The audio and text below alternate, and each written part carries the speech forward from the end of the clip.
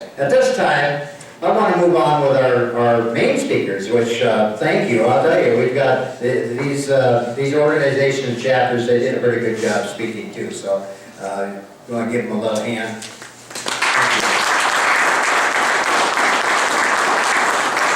A lot of people forget about us north of Highway 64. We don't get much recognition up north here, but I'll tell you what, there's some movers and shakers. We got some great people. One right now I'd like to introduce to you is a friend of mine, a friend of ours, and our County Veteran Service Officer, Eric Stoker, who's doing a fantastic job. Great man.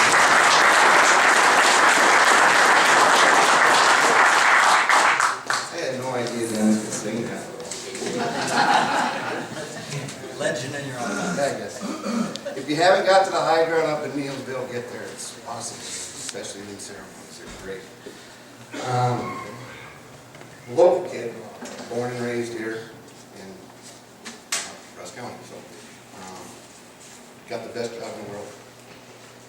Best folk in the world. Just want to touch a little bit what John Bacco talked about. I'm going to try not to get teary-eyed, but I will. When I came back from Desert Storm, beginning of that spurt, it was amazing. And, there was 36 of us, and we were worried, but they were there. So. All right, let's press on with business here. I'm going to go over a few bills from the. I'll start with the state of Wisconsin bills, and then we'll go over some federal bills, and these are ones I'll end with ones specifically for herbicide exposure. Let's talk about it. Veterans now who did not enter in the state of Wisconsin or are 30% disabled, their dependents now can qualify for the GI Bill benefits, Wisconsin GI Bill benefits. Wisconsin is one of the states that has this program, and it's free tuition for their dependents, and it has been changed since the last administration. So it's pretty incredible, free tuition for those dependents of vets who lived in the state of Wisconsin. They didn't enter, but lived in the state of Wisconsin for 5 years, and they have to be 30% service connected. So that's new and that's awesome. Wisconsin property tax credit. It is currently for 100% service connected folks or 100% IU. It's not dead yet. That was going to be lowered down to 70%. How I predict it would be 70, 80, 90. You'd get 70, 80, 90% off of your property tax credit for your domicile and 1 acre. It's not dead yet, but it has been put over to the next biennium, which is 2020. It's too bad, because that would mean a lot for our vets. But I think the almighty dollar may have played a role there. Something that came around, but it kind of hits Rusk County a little bit, because I had a Vietnam veteran for over 100% mental health, and he was found in the swamp in the winter by one of our Rusk County sheriffs. There's a bill up there now. Jimmy may talk about this a little bit more about it, but it's a Senate Bill 473. It now Department of Justice allows law enforcement agencies to use the network to disseminate and broadcast and outdoor advertisers report of missing veterans or members of the armed forces who are at risk due to physical or mental conditions. I consider it kind of like an Amber Alert. There's a vet with mental conditions, Amber Alert kicks in, and it sends it out. I think this is incredible. I think it's long overdue, and good job, state of Wisconsin, for this. It's also Bill 402 creates the sales and tax exemption for personal property and taxable service sold to state veterans organizations. That's our service organizations. The exemption also applies to building materials purchased on construction contractor who transfers materials to state veterans organizations It has not passed yet, but there is a few days left, I guess, where it still can. Jimmy, no, yes? Down my nose. Okay. Let's go over to federal side here. All right, now if you're watching Fox News like I watch, sorry, CNN also has it and things like that. There was a proposal to remove the 40-mile radius and the 30-day for choice program. We all know what the choice program is. Mostly not.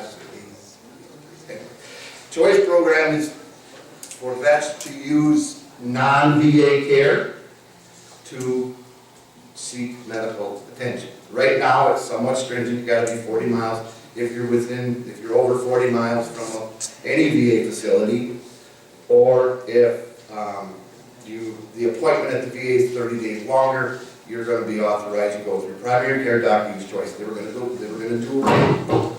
away with that, and also it was going to create a managed care for non-VA provider. This is huge, folks. This is huge, because right now we got 4 hours, 3.5 hours in Minneapolis or home. I got vets 90 years old. It's not easy for these guys to get back and forth. So this is federal. They're going to do away with it. Well, guess what?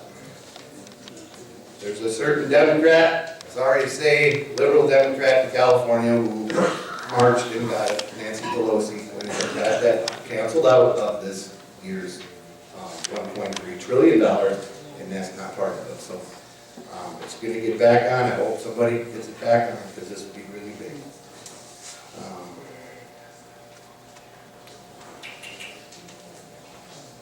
There's a couple federal bills out there intended to protect vets. The first one is dealing with vets who are financially stringent. It's called a non-service connected pension, and if they're on aid and attendance, which means they need help in their household to live. So there's one out there saying that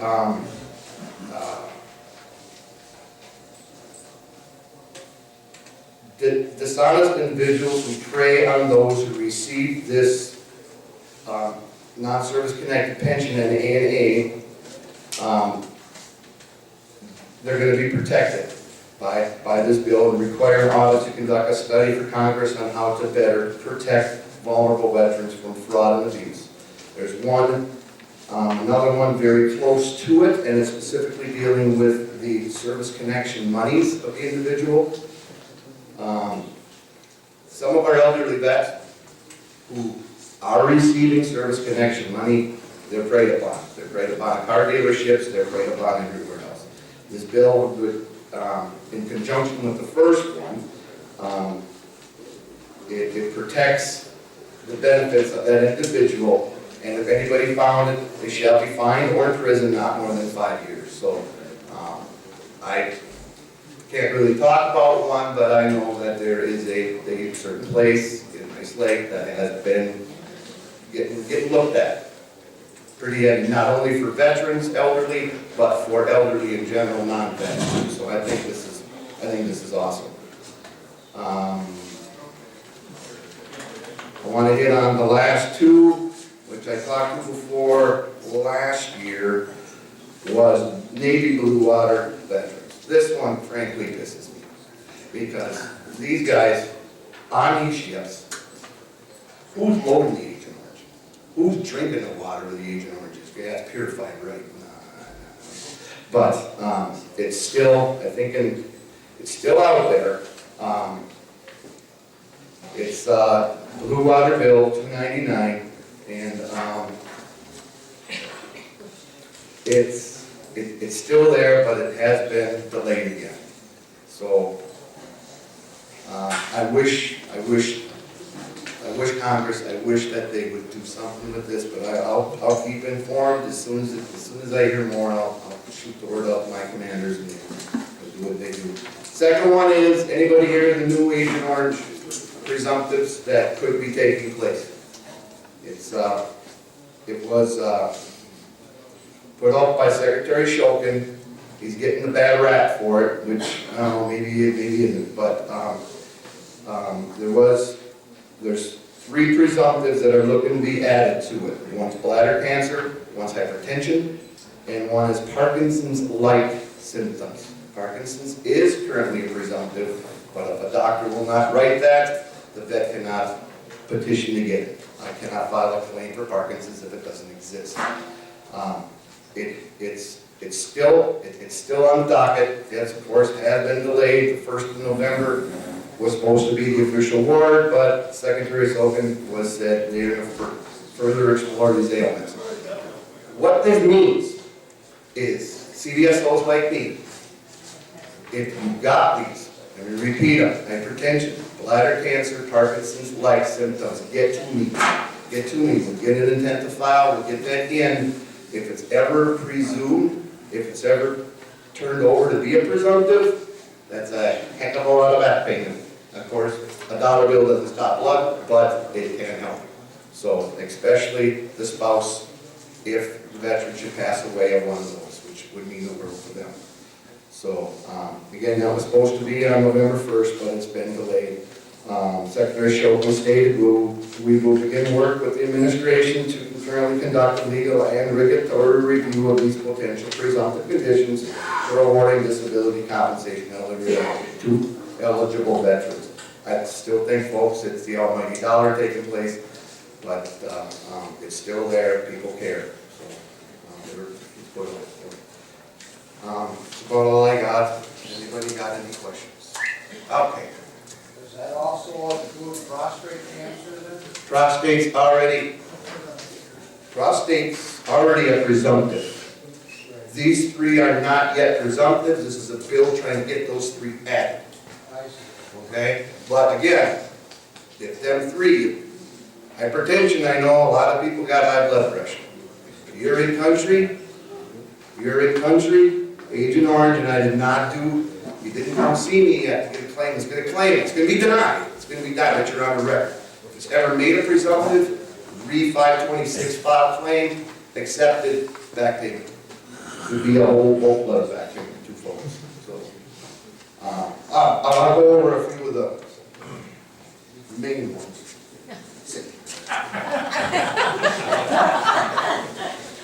Ischemic heart disease, type 2 diabetes, prostate cancers. There are the 3 big ones. We've got the Hodgkin's, lymphoma, certain respiratory cancers are presumptive as well. That's where the VA would make a claim on those. Every vet that comes in every in-country Vietnam vet that comes in my office has, it's an acne problem. Every one of them. I don't think this is correct, but it's also presumptive, but you had to have been diagnosed with at least 10% disabling after 1 year of exposure. So if it wasn't done, it wasn't documented, medical records are going to get denied. We'll fight it all day, we're going to get denied. Then are the presumpts. I got a listing here, I can leave it up on the table, but I think there's already documentation. Any other questions at all? Yeah?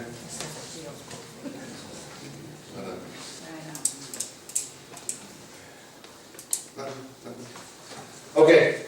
God bless you guys. Welcome home.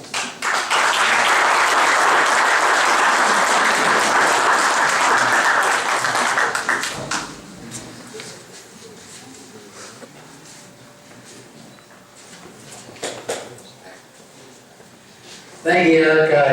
He's been a real help to me personally, as well as all the service officers have. I hope that if you have any questions or problems, please go see Eric up at the courthouse. He's more than willing to take his time and sit down and talk with you, help you out with your claims, answer any questions. If he can't answer, he'll get on that phone and he'll get it for you. So, good information. That's what I love about this day, is it's a great opportunity for our community and our friends to get this information out. Next, I'd like to introduce another friend of mine, and I'm happy to know her. It is Kaye Olson, and she is the president of the Wisconsin Gold Star Mothers. And I also want to thank all the Gold Star Keepo families who are here too. So Kaye, come on up and go ahead.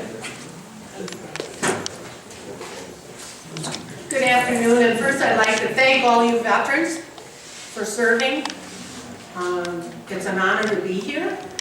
I served 26 years myself, active duty Army. Sorry, Marines, but that's the way it goes. My son was a Marine, so anyway. I'm going to tell you a little bit about myself first. I was a single mom with 2 children. I come home from driving the school bus one day, and I turned the TV on, and it says, "Be all you can be, join the Army. Call 1-800-GO-ARMY." I did. Approximately 7 months later, I raised my hand, I was sworn in. Oh, by the way, I had 2 problems against me. Number 1, I was 34 years old. I wouldn't recommend going to boot camp at that time, but you can do it. And number 2, I had to lose 100 pounds. 6 months later, I weighed in, I was 110 pounds less, and I was ready to join the Army, which I did. I totally enjoyed it. You learn a whole lot about yourself. I am a personnel sergeant. I was a supply sergeant. I learned to drive deuce and a halves. I can drive 5-ton tractor trailers. I was in a maintenance company. Started out National Guard, and then I went active duty from there. Let's see. So you name it, I can take care of you. Finance, medical records. I worked at the Puzzle Palace down in St. Louis. Interesting place. That's where I found out about my son, Marine Sergeant Andy Stevens. I was working. There was a major from the Marine Corps, and 2 sergeants showed up at my office. It took him an hour and 40 minutes just to get to me to tell me about my son. That's how much security there was to get into where we were because of all of our records that we took care of. That was a day that I'll never forget.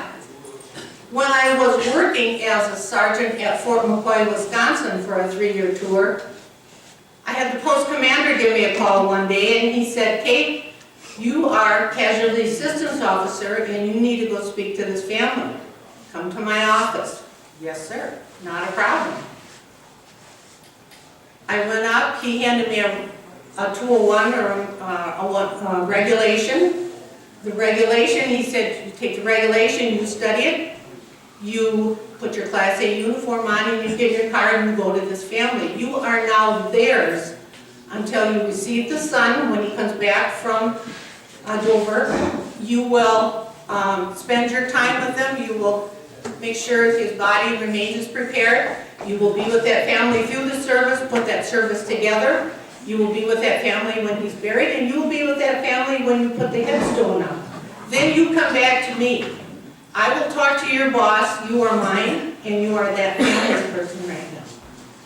I thought that was the hardest thing I had to do, because you got in a car, and at 10 o'clock at night, 15 miles southwest of Fort McCoy, Wisconsin, I was out in the country, and you just prayed that you were at the right house to talk to that family about the death of a 26-year-old man that had a heart attack on a treadmill in Bosnia. Not the hardest thing I had to do in my life so far. When that Marine major come up to me and told me my son was killed, that was unreal. It's a day you'll never forget. But today I have the opportunity to talk to you and explain to you what a Gold Star mother is. She's a very special person. To know her, when you see her at things like this, she's all in white, so you will know who she is. She usually wears a pin either like what I have or what John Bacco had on. It's a gold pin or a round with a little purple and a gold star in it. That tells you she's the Gold Star mother. Those ladies are awesome. When I met my 3 Gold Star mothers in Eau Claire, Wisconsin, they took me by the hand, they held me through a really rough time, and I already had what I thought was 2 years of rough. I was diagnosed stage 3 breast cancer 3 months after Andy's death. The stress of his death brought my cancer on. I had an awesome colonel that put me back in touch with people at Fort McCoy, who then put me in touch with a surgeon in Eau Claire, Wisconsin, and my chemo. And then I went back to Fort McCoy and fulfilled my obligation. And I was 61 and a half years old when I retired from the military. I like to go out and talk about Gold Star families and Gold Star mothers, because we don't want our children to be forgotten. That's really why I'm here. My son travels with me wherever I go. Not only in my heart, but around my neck. If someone asks me, oh, you have a son that's in the Marines. Yes, I do, but he was killed in Iraq. And they get a different look on their face. But I said, no, that makes me feel good because I like to talk about it, as you can hear. Also, I get to meet all these really cool people every place I go. So I really, really enjoy it. Thank you for inviting me. If you have any questions, I will be here for a short time. But I'm also a grandmother, and I have to pick up my Wisconsin University Eau Claire student in Rice Lake and take my grandson back to Eau Claire with me. So, but if you have any questions, does anybody have any? And yes, you know what happens when they tell you? You always say you hear that at the door. My ex-husband did. He was woke up at 2:30 in the morning. My family, my ex-husband, everybody knew about Andy's death except me. They did not call me. They did not tell me. Per the regulations, the Marine Major down in St. Louis had to come and tell me, so I did not find out till 9:30 the next morning. But it took them that long to get to where I was, cleared through the building to get to me, to tell me about it. So all those rules and regulations are there for the families, but it's for their protection. So you hear the proper, correct way about the death of your son or your daughter. One quick question I have, or statement. I'm also the state Gold Star Mother President, so I usually hear within a very short time of a death of a soldier in the state of Wisconsin. I'm dealing with now mothers who heard their son has committed, son or daughter, who has committed suicide. That takes on a totally different discussion. I can deal with and talk with moms who have lost a son or daughter in combat or in a car accident, but they're still active duty. For you that are older, you knew that a Gold Star mother was only a mom that her son or daughter was killed in combat. Over the last 2 to 3 years, the Gold Star mothers have decided that if that soldier, airman, Marine, military person is killed in a car accident when he's on leave, as long as they're on active duty or in the reserve, the guard, they can be a Gold Star mother now where they couldn't before. So we're there to help those moms, no matter how their child was injured or killed in the military. That's what we're here for. Thank you very much. Enjoy your day and a safe trip home.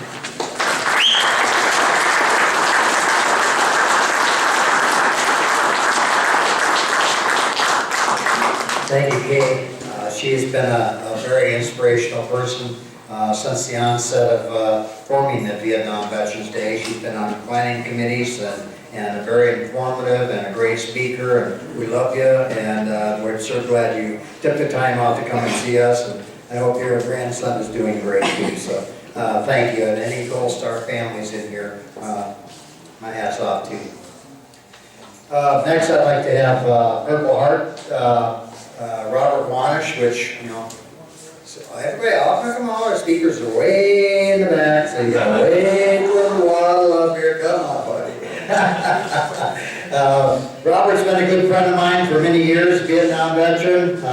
He's also very involved in his Purple Hearts. He's spoke for us a few years ago, and we're glad to have him back here again, so thank you, Robert.